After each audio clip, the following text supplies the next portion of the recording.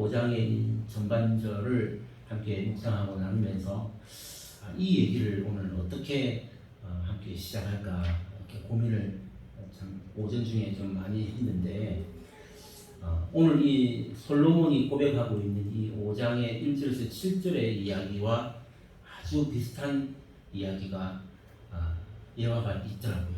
그래서 잠시 제가 발췌해 왔는데 실제로 IMF 때 어떤 집사님이 있었던 실화라고 합니다.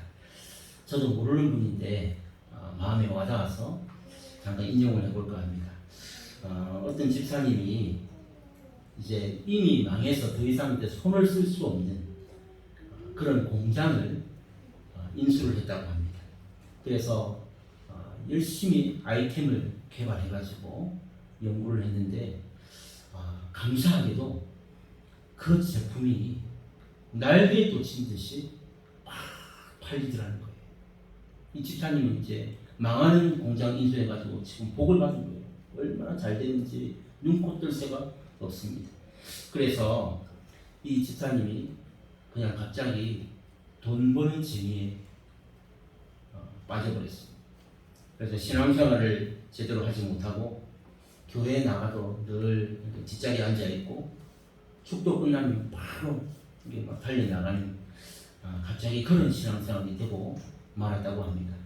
그런데 이 사업을 이렇게 한참 키워나갈 무렵에 아까 제가 말씀드렸다시피 갑자기 우리나라에 이 IMF라는 금융 대위기가 찾아왔습니다.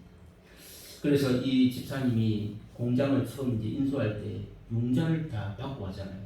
근데 그 모든 융자가 자기의 부채가 되는 거예요. 그래 그 빚을 갚을 길이 없어.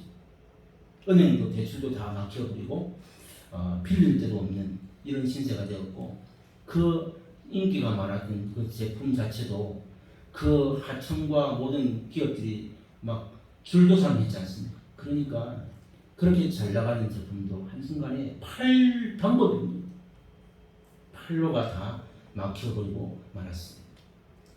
그 집사님이 그때 아무리 팔려고 해도 방법이 없을 그때 이 집사님은 그때서 이제 두 손 들고 하나님 앞에 나와서 기도하며 회개했다라는 일화를 보게 됐습니다.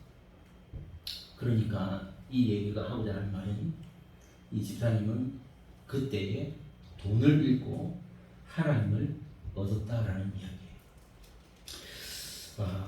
얼마 후에 목사님을 모시고 이 집사님이 폐업 예배를 들었습니다. 여러분 개업 예배는 들어보셨죠? 근데 폐업 예배 들어보셨어요? 안 들어보셨죠? 우리 주변에 그렇게 망하는 일이 참 잘 없고 폐업하면 그냥 덮어버리고 폐업 예배 잘 안 드리는데 이 집사님이 얼마나 지금 하나님 앞에 회개하고 돌아왔는지를 보여주는 거예요. 그래서 폐업 예배를 목사님을 모시고 이렇게 드리게 되는데 그 폐업 예배가 끝난 뒤에 이 집사님이 그 사람들 앞에서 이렇게 고백을 했다고 합니다. 저는 무일푼으로 시작해서 다시 무일푼으로 돌아왔습니다. 이렇게 이제 인사말을 하는 거예요. 그러면서 이 일로 저는 새 생명을 얻었습니다. 이렇게 고백하는 거예요. 만일에 제가 이 사업이 잘 되었다면 저는 영영 제 영혼이 하나님 앞에 돌아오지 못했을 것입니다. 이렇게 고백을 했다고 합니다. 비록 오늘 이 공장은 폐업을 하지만 제 신앙을 이렇게 새롭게 기억하게 되니 얼마나 감사한지 모르겠습니다. 제 인생은 이제 이 예배로부터 새로운 출발입니다. 이렇게 고백했다고 합니다. 여러분 이런 것을 오늘 이 제목이 되지만 이 대반전, 이 극적인 일을 전환점이다. 그리고 영어로 말하면 터닝 포인트다. 이렇게 말할 수 있습니다. 이런 것을 터닝 포인트라 합니다. 자, 제가 오늘 왜 갑자기 그러면 이 뜬구름없이 이런 얘기를 드리느냐. 여러분 오늘 이 솔로몬이요. 이제 오늘 5장이라고 했잖아요. 1장부터 4장까지 얘기를 한번 생각해 보십시오. 기억을 해보십시오. 솔로몬이 그 1장에서 시작할 때에 해 아래 사는 모든 인생들을 향해서 솔로몬이 뭐라고 고백했습니까? 헛되고 헛되니 모든 것이 헛되다. 이렇게 1장의 주제가 모든 것이 다 헛되다. 이렇게 고백하고 있습니다. 그럼 2장은 솔로몬 뭐라고 고백합니까? 나를 즐겁게 하는 모든 것도 다 헛되다. 모든 것이 헛된데 나를 즐겁게 해주는 모든 것들도 다 헛되다. 이게 2장의 주제입니다. 3장은 뭡니까? 지난번에 나눴지만 3장에는 모든 것이 다 때가 있다. 범사에 다 기한이 있다. 기억하시죠? 다 때가 있다. 기한이 있다. 이렇게 이 솔로몬은 고백하고 있고요. 4장, 우리가 지난주까지 했던 그 4장에는 어떤 이야기가 있습니다. 내가 왕이 되어도 다 헛되다. 그러면서 마지막에 우리 몇 주 동안 나눈 게 뭡니까? 그나마 혼자보다는 둘이 낫고 둘보다는 셋이 낫다. 이런 이야기. 그러니까 1장부터 4장까지 왕이 돼도 헛되다. 이런 얘기를 자기가 고백하면서 지금 이 솔로몬은 4장까지 얘기가 뭐냐면 이 인생의 허무, 이 인생은 허무하다. 왕이 되어도 아무것도 아니었다. 이런 고백을 했다는 것을 우리가 기억하고 있단 말이에요. 자, 그런데 오늘 이 5장에 보면요, 느닷없이 이 5장에서 어떤 내용이 나오냐면, 여러분 한 9절 한번 보십시오. 방금 우리가 읽었지만 7절까지 이야기에 하나님이 없는 구절이 없습니다. 그러니까 하나님을 경외하고 하나님에 대한 예배에 대한 말씀으로 지금 이 솔로몬이 갑자기 확 바뀐 이 이야기를 하고 있다는 것이죠. 이것이 무엇을 말하냐면 바로 솔로몬의 그동안 4장까지 더 허무한 인생에 어떤 큰 전환점이 생겼다. 이것을 우리가 간파할 수 있어야 합니다. 4장까지 전부 다 허무하다 했던 인생이 갑자기 내용이 확 바뀌어버렸어요. 그 인생의 터닝 포인트가 분명히 있었다는 것을 짐작하게 된다는 것입니다. 여러분, 눈에 보이는 세상 것만 보이던 이 솔로몬, 그 인생이 여러분 갑자기 이렇게 눈에 보이지 않던 하나님이 갑자기 보이기 시작한다. 여러분, 이게 바로 인생의 큰 전환점이 생긴 것이라는 사실이죠. 그러니까 눈에 보이는 게 다르게 됩니다. 그동안 세상 것, 왕이 되고 부귀 영화 모든 좋은 것들을 다 누리고 했지만 그때다 했던 그 인생, 그동안 안 보였던 게 이제 갑자기 5장에 와서 하나님이 보인다. 그동안 보이지 않던 분이 보인다. 이게 인생의 터닝 포인트다라는 사실입니다. 여러분, 그래서 이 전환점, 우리 인생의 터닝 포인트, 이런 말들 많이 하는데, 이런 이 전환점이라는 말은 살짝 방향만 살짝 조금만 이렇게 변화를 주는 것을 말하지 않습니다. 지금까지 달려왔던 것과는 전혀 다른 쪽으로 완전히 방향을 바꾸는 유턴이라고 그러잖아요. 내가 앞으로 가다가 완전히 뒤로 가는 이런 정도의 변화를 터닝 포인트다, 이렇게 말하는 것입니다. 그래서 중요한 건 뭐냐면 우리 인생에도 누구에게나 이런 인생의 터닝 포인트가 꼭 찾아온다는 사실입니다. 어떤 분은 한두 번, 어떤 분은 여러 번 올 수도 있습니다. 그러나 중요한 건 누구에게든지 이 인생의 터닝 포인트는 반드시 찾아온다는 것이죠.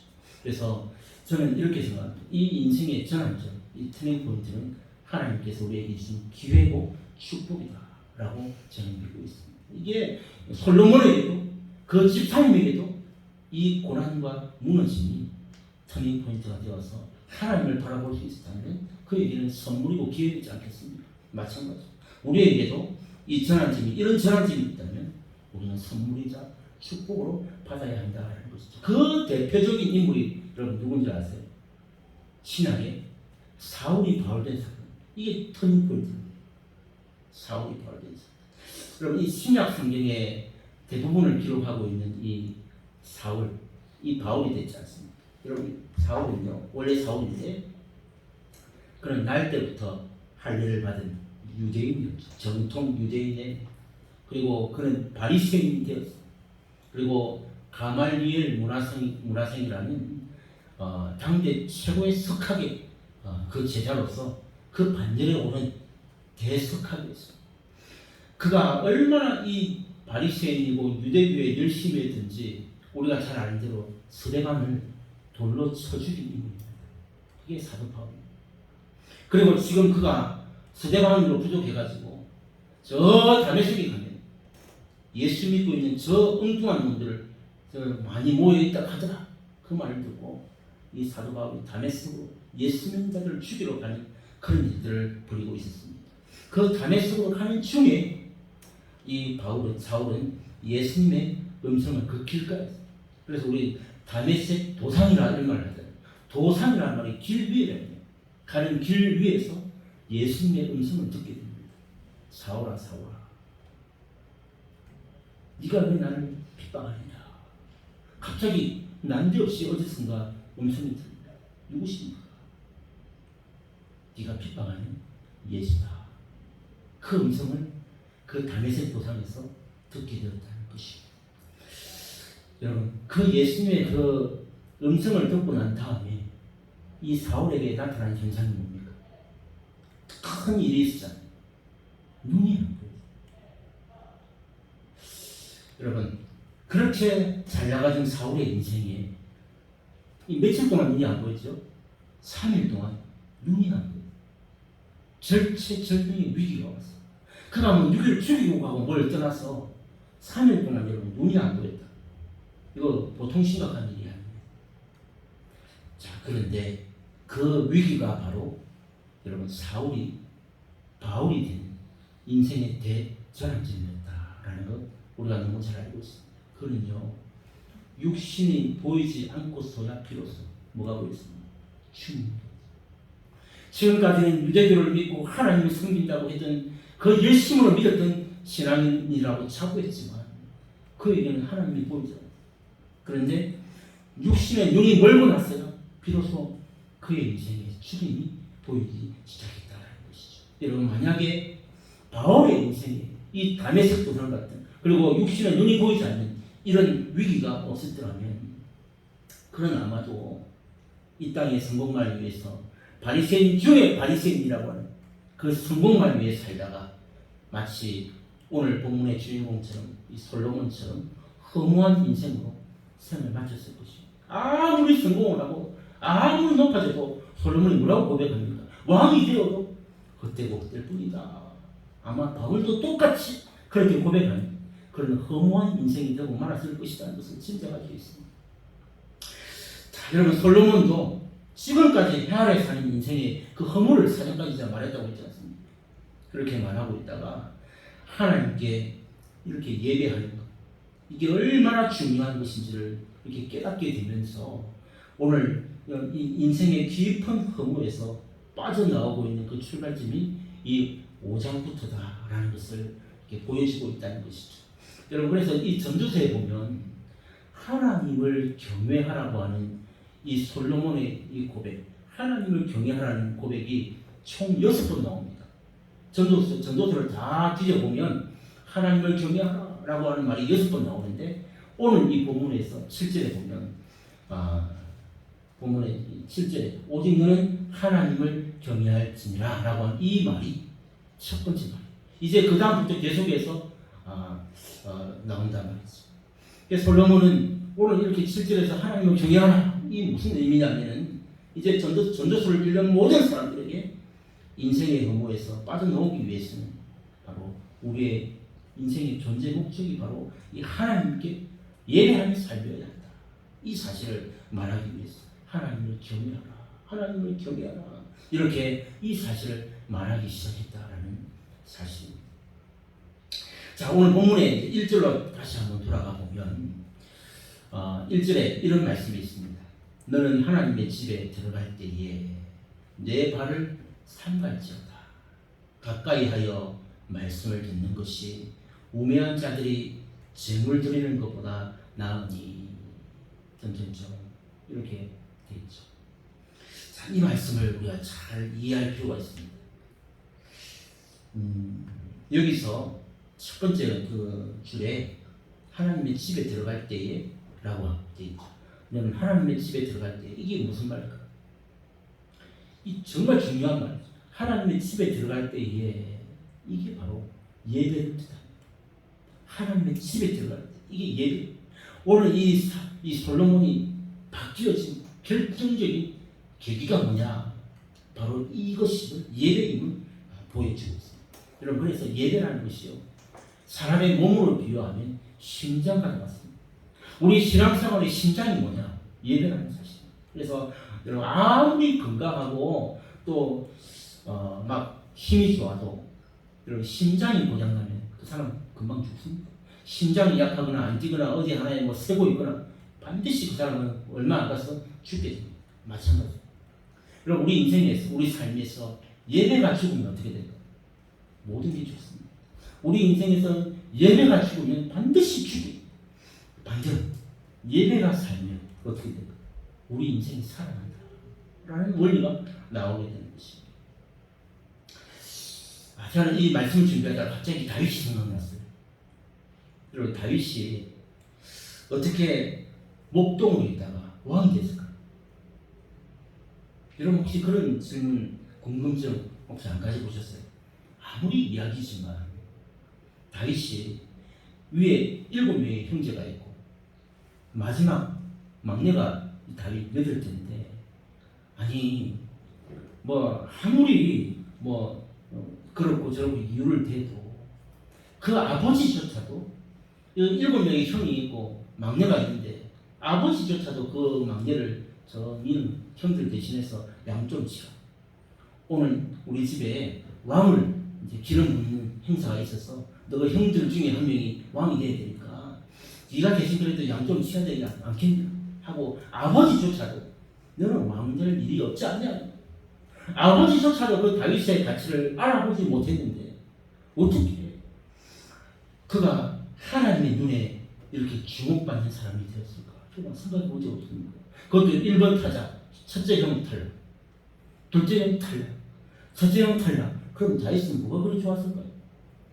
그 형들보다 나은 게 진짜 첫째보다 7째보다 다윗이 뭐가 나은 게 있어요? 사람이다 그것은 그것이. 안 그래? 뭐가 그렇게 특출했을까? 여러분, 다윗이 아버지도 몰랐던 그 가치를 알아보지 못했는데 어떻게 이 다윗이 하나님의 눈에 주목받는 인생이 되었을까? 세상의 마지막 아들이 왕이 되는 이런 대발랄을 어떻게 기억할 수 있을까? 여러분, 그 이유가 뭐라고 생각하십니까? 여러분, 다윗에게는 정말 귀함이 있어요. 어떤 귀함이냐? 그는요, 목동으로 있든지 왕으로 있든지 항상 다윗의 관심사가 뭐였냐? 하나님 앞에 예배하는 삶이었다 라는 사실입니다. 여러분, 다윗의 글들을 한번 보세요. 다윗이 기록한 글들을 보십시오. 그의 모든 관심이 예배였다는 것을 보고, 이게 다윗이 하나님이 주목하신 유일한 이유였습니다. 여러분, 다윗의 위대함은 바로 예배가 그의 삶 가운데 살아있었다는 것입니다. 그의 모든 삶의 목적이 하나님이었고, 그가 무엇을 하든지 하나님과 연결되어 있는 삶. 그래서 그는 목동인데 들판에 가서도 찬양하고 비파와 수금으로 찬양, 그리고 수많은 그의 고뇌와 눈물로 기도로 적혀있는 그 책이 어디입니까? 시편에 보면 나오잖아요. 그의 눈물의 고백과 찬양의 고백이 시편이라는 말이죠. 여러분, 이게 다윗의 삶이었다. 그래서 여러분, 예배라는 것이 오늘 이 자리에 나와서 이 시간을 지키며 하나님 앞에 이렇게 드리는 것도 예배이지만, 또 하나의 예배가 뭔지 아세요? 다윗처럼 그의 양을 치는 삶의 현장, 내 삶의 가정, 내가 걸어가는 길, 내 삶, 이 예배의 현장이 아닌 내 삶의 현장에서도 내 삶이 하나님과 연결되어 있고 내 삶의 목적이 하나님이 되는 그 삶의 예배를 드린 인물이었다라는 것을 우리가 꼭 기억하셔야 됩니다. 우리도 마찬가지입니다. 오늘 말씀을 다 드리겠습니다. 사랑하는 성도 여러분, 우리에게 주어진 인생은 절대로 우리 게 아니에요. 믿습니까? 오늘 우리가 살아내고 있는 이 40년, 50년, 60년, 70년 살아가는 이 인생이 내 거라고 생각하면 아직 우리 예수를 모르는, 우리는 이 인생은 우리의 것이 아닙니다. 우리의 삶은 처음부터 누구의 것이에요? 하나님의 것이에요. 할렐루야. 우리의 삶이 하나님의 것이에요. 여러분, 아니 제가 지금 억지를 부르는 게 아니고 여러분 아마 어릴 때라든지 신앙생활 하면서 다 배웠을 텐데, 소요리 문답이라고 아시잖아요. 소요리 문답은 저는 중학교 때 이제 그걸 처음 배웠는데 이름이 요리잖아요. 요리. 그래서 참 이상하다. 뭐 교회는 이상한 요리 같은 게 뭐 문답을 하나 뭐 이렇게 생각했던 적이 있습니다. 근데 제가 커서 이제 한자를 알고 보니까 소요리라는 건 중요한 요자가 중요한 요자 교리 중요한 교리 문답이라고. 교리는 뭐냐? 이 성경책을 우리가 아주 이해하기 쉽게 교리로 이렇게 만들어 놓은 이게 이제 가르칠 수 있도록 편리하게 만들어 놓은 책을 교리라고 해요. 그러니까 교리가 성경이고 성경이 교리 똑같은 거예요. 그래서 그 소요리 문답 1번에 보면 우리 인생의 첫 번째 질문이 있어요. 사람의 제일 되는 목적이 무엇입니까? 여러분 우리 지난번에 수요일날 했나요? 아니면 주일날 오후에 했나요? 이 소요리 문답을 다 맞추지 않습니까? 기억하시죠? 1번 다른 건 몰라도 이 1번이 제일 중요합니다. 사람의 제일 되는 목적이 무엇이었습니까? 하면 저는 중학교 때 아무도 몰라도 저는 답을 다 외웠어요. 아마 여러분들도 아실 거예요. 사람의 제일 되는 목적이 뭡니까? 오, 아시네요? 하나님을 영화롭게 하고 영원토록 그를 즐거워하는 것입니다. 제가 지난번에 소요리 문답 그 조그만 책자도 여러분들 한 개씩 갖고 가셨잖아요. 1번 한번 열어보세요. 사람의 제일 되는 목적은 하나님을 영원롭게 하고 영원토록 그를 즐거워하는 것입니다. 라고 이렇게 그게 우리 인생의 목적이에요. 사람의 제일 되는 목적이 하나님께 영광 돌리고 예배하는 이것이다. 여러분 그래서 우리 인생은요 하나님이 크게 보이고 반대로 나는 작게 보여야 합니다. 이게 정답입니다. 우리 인생 가운데 항상 한신형 하면 내 안에 있는 하나님이 크고 있는 삶 이게 성공입니다. 그런데 한신형 하는데 하나님은 안 보여요. 제 사랑과 제 열심과 내 의지만 가득 차 있는 이 모습만 만약에 여러분이 저한테서 보인다면 저는 실패한 인생. 한신형 목사 했을 때 그에게서 하나님이 먼저 말할 수 있는 인생. 이게 진짜 성공한 인생이라는 것이죠. 그래서 여러분 아무리 여러분이 높은 관직에 있거나 아무리 여러분이 위대한 인생을 살거나 아니면 지금 아무리 여러분 어떤 일로 바쁘게 산다 할지라도 여러분 인생에 당신 여러분의 모습이 커 보이면 여러분 인생이 지금 잘못 살고 있는 거예요. 여러분 돈이 없거나 아니면 건강이 약한 것이 비극이 아닙니다. 장애가 있다고 해서 비극이 아닙니다. 여러분 그럼 뭐가 비극일까요? 이 인생의 삶이 내 것인 줄 알고 나만을 위해서 사는 이 인생이 비극이다라는 사실이죠. 여러분 이것을 솔로몬이 깨달았다는 사실. 그런 사람은 그러니까 나만을 위해서 나만 커지는 이런 인생을 위해서 내 열심을 위해서 이렇게 사는 사람은 반드시 솔로몬처럼 내가 인생을 헛살았습니다. 이런 허무하다라는 이 일을 반드시 똑같이 고백하게 된다라는 것이죠. 그래서 저는 이제 이 5장을 시작하면서 터닝 포인트라는 제목으로 오늘 함께 나누었는데 오늘 여러분의 삶을 이 시간 한번 돌아보면서 솔로몬처럼 우리에게도 다시 한번 영적 전환점이 되는 이 예배가 되기를 주님의 이름으로 축복합니다. 하나님은 여러분 지금도 하나님께 예배하는 자를 찾고 계십니다. 아멘. 하나님께 예배하는 자를 찾고 계십니다. 다윗처럼 하나님이 주목하시고 하나님이 축복하시는 저와 여러분 그리고 하나님이 기뻐하시는 예배자들 다 세워주시기를 주님의 이름으로 축복합니다. 자 오늘 주신 말씀 생각하면서